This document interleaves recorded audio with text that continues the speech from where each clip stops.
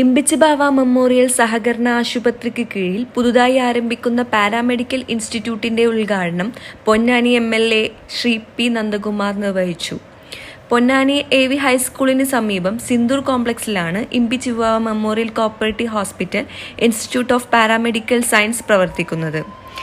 Tata institute of social science ടിസിന്റെ health care സെക്ടറിലുള്ള BSc degree കോഴ്സുകളാണ് ആരംഭിക്കുന്നത്.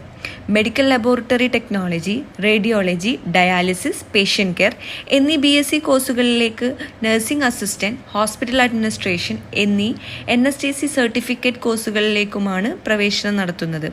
ചടങ്ങിൽ പൊന്നാനി നഗരസഭാ ചെയർമാൻ ശ്രീ ആറ്റുംപുറം ശിവദാസൻ അധ്യക്ഷത വഹിച്ചു. ആശുപത്രി ചെയർമാൻ A. ശിവദാസൻ, ഡയറക്ടർമാരായ P. Muhammad Ali, PT Narayanan, doctor VP Sasidharan, PV Ayyub, Shrimati Fathima Imbichibava, Ponnani ഗ്രാമവികസന bank president P. Jyothibas, Ponnani നഗരസഭാ standing committee chairman T. Muhammad Basheer, CP Muhammad Kunji, Ajith കേളാടി, VP Hameed, TK Ashraf സംസാരിച്ചു.